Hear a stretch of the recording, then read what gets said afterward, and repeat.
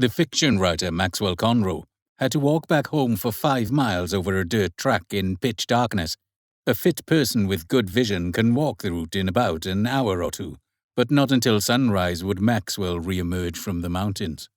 The strange thing is that his mind continues to make up stories about what happened to him on that memorable night.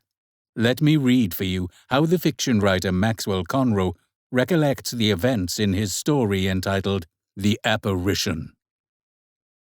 The wind suddenly drops, and I hear the breathing of a person behind me. I can smell a faint apple blossom. "This is Sarah," says an elderly female voice. The voice does not come from behind me, but from somewhere in front of me. I cannot see anyone, but am sure that the person is very nearby. What happens next is one of the enigmatic secrets of the night. That wonderful journey, I recall, was truly adventurous and totally unexpected. My senses, I remember, were considerably under the influence of too many drinks. It just overcame me by accident, as I truly enjoyed meeting old friends, and they kept pouring drinks. When I finally left the house of my friends, I could take 2 possible routes. I had wanted to hike back in the dark, because the area is so quiet and inviting, even at night. The remote farmhouse of my friends was connected with the coastal village of Agua Amarga by 2 long, winding dirt tracks. The left turn would be the easier route, via the Cañada de Mendez. I think I somehow missed the left turn right away, and instead must have stumbled down the path towards the beach of El Plomo. What alcohol does to one's mind is that everything afar is completely out of reach of one's senses, but everything nearby seems to be magnified about 10 times or more. I heard my own breathing so loud, and my heart was beating like a jackhammer. My feet seemed to belong to another body, extending so far away from myself. Just to check that my arms were truly mine, I wanted to touch my forehead, but in this awkward, pathetic state of intoxication, my own hand no longer knew how to find the location of my face, let alone my forehead. Instead, I ended up slapping myself in the face, much harder than expected, and managed to poke one of my eyes with some loosely flying finger. In short, my drunken state was a terrible thing to be in. Just for your orientation, the distance from my friend's house to the sea is about 3 kilometers.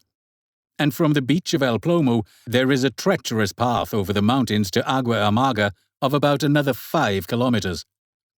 My problem was, I was now about 5 kilometers from home, and it was pitch dark. My memory is patchy, but let me share with you some curious events, as I remember them, from my nightly adventure. It may be hard to believe, but I was not alone on my way down to the beach. I could hear many bells, and a pungent smell too, the unmistakable smell of a herd of goats. So at some moments, I found myself trotting amidst hundreds of goats, who all made the journey down to the beach of El Plomo. This may sound idyllic, but it was not. Goats really stink, and they kick up a lot of dust too. After a while, I had no idea how long, I simply decided to leave the dirt track. The animal odor, noise, and dust produced by the goats had just become too much to bear for my senses. As I left the path, I immediately started to stumble, because the terrain was rough and unforgiving, full of rocks and bushes, thorny bushes too, and the odd prickly pear. The noise of the herd of goats ebbed away, and so did the dust and the foul smell. I could breathe again, but my head was not much more cooperative than before. I could barely coordinate the moves of my legs. I crawled and stumbled and somehow had made my way to a small hilltop. I was standing on the very top of that hill. There it happened. The first thing I felt was a strong, warm breeze that nearly knocked me off my feet.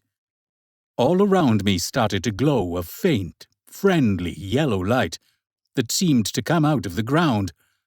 Whatever direction I looked, the light surrounded me, but beyond the hilltop the terrain remained pitch dark. The breeze was unsteady, almost gusty. I could not hear any sound other than the wind flouting past my ears. Next, I saw the apparitions. Out of nowhere, appeared a sea of hands that waved gently and slowly moved closer. There were maybe 1,000 hands, all beautiful hands with long, tender fingers, mostly female, I guess. The fingers curled and moved gracefully through airspace. Then I felt someone touching my shoulders from behind, a very gentle touch. I was frozen by the surprise, but did not fear. This felt like a magic spell. I did not dare turn around, because I was sure there would be no one there when I would try to look behind me. I just wanted this wonderful hallucinatory experience to last a little longer. The warm air was pleasant, and the hands that touched my shoulders seemed to sensually move up and down my spine. The wind suddenly dropped, and I could hear the breathing of a person behind me. I also could smell a faint apple blossom. "This is Sarah," said an elderly female voice. The voice did not come from behind me, but from somewhere in front of me. I could not see anyone, but was sure that the person could not be far away. "I know who you are. In fact, I have known you for a long time," said the same voice. "I think you are the perfect man for my daughter, Sarah, the one whose tender hands you feel caressing your tired back. Do you think you like what she can offer you?" I was dumbfounded. How could I land in this crazy scene? Hello, madam, I tried. Then I could not suppress my laughter.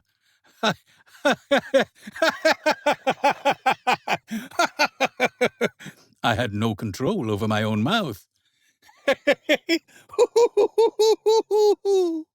Actually, it was quite embarrassing, so I'm abbreviating the sounds I managed to produce.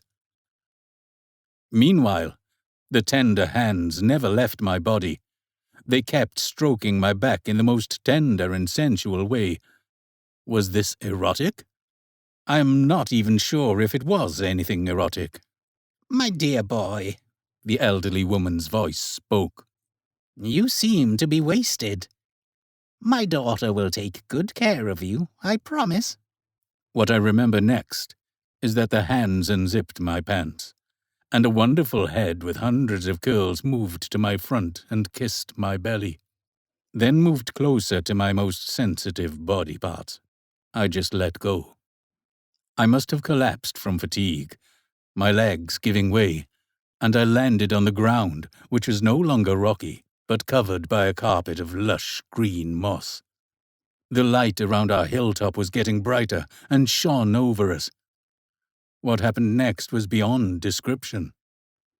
I recall a wonderful creature, naked and voluptuous, rolling on top of me. We were both stark naked, wild passion unleashed, and, much to my relief, the elderly woman, Sarah's mum, seemed to have disappeared. The next morning, I found myself lying on the hilltop. There was no green moss, only gravel and dry sand. My companion was no longer there. Had she really been there? Had something wonderful, last night, actually happened? Or was it only my wildest dreams? How would I ever be able to answer that question? I was looking around, inspecting the ground near me for clues. There was a bracelet, almost hidden by sand dust, but I discerned it all the same. This was very fine silversmith work. Could this bracelet belong to the girl that had made me so happy last night? I decided to get on my feet and continued my journey toward Agua Amarga. As long as the hot sun was still not high above me, it would be easy to complete my trip in early daylight. I quickly found the path that runs from El Plomo via Playa del En Medio to Agua Amarga. About halfway on the hike stood an old ruin, with 2 wonderful fig trees in front. I was very thirsty and lucky to find ripe figs, plenty of them. They were sweet and delicious. While I was eating these delicious fruits and licking my fingers while gorging on the figs, I suddenly discerned an old lady sitting silently beside the ruins. She was motionless, but watching me very discreetly. She never blinked. The distance between us was maybe 15 meters. I blinked my eyes incessantly, well, a lot of times, really, and pinched my arm. Still, I was not entirely sure whether this lady really existed. I did not want to upset her either, just in case she was real. "Do you have water?" I asked. My dear boy, of course I have water for you. She had a sweet, toothless smile. That voice, unmistakably, was the same voice of my apparition last night. I slowly walked towards the lady. "I have something for you," I said. I took the bracelet from my pocket and gently held it out for her. She had wonderful bright blue eyes. Oh, yes. That is the bracelet of my daughter. I've been searching for that piece of missing jewelry for so long. You see, my daughter vanished 8 years ago. My husband died from sadness the year after her disappearance. I am glad you came to bring me back this little treasure. Water you'll find behind the house. There is a little spring. Very few people know about its existence." "Thank you," I said, and moved towards the spring behind the house. The spring produced the purest water I've ever tasted, exactly the kind of water one needs to drink after eating so many figs and having had so much alcohol still in the body from the night before. I was curious to hear more about the story of this old lady, but when I walked back to the front of the ruins, she had vanished without leaving a trace.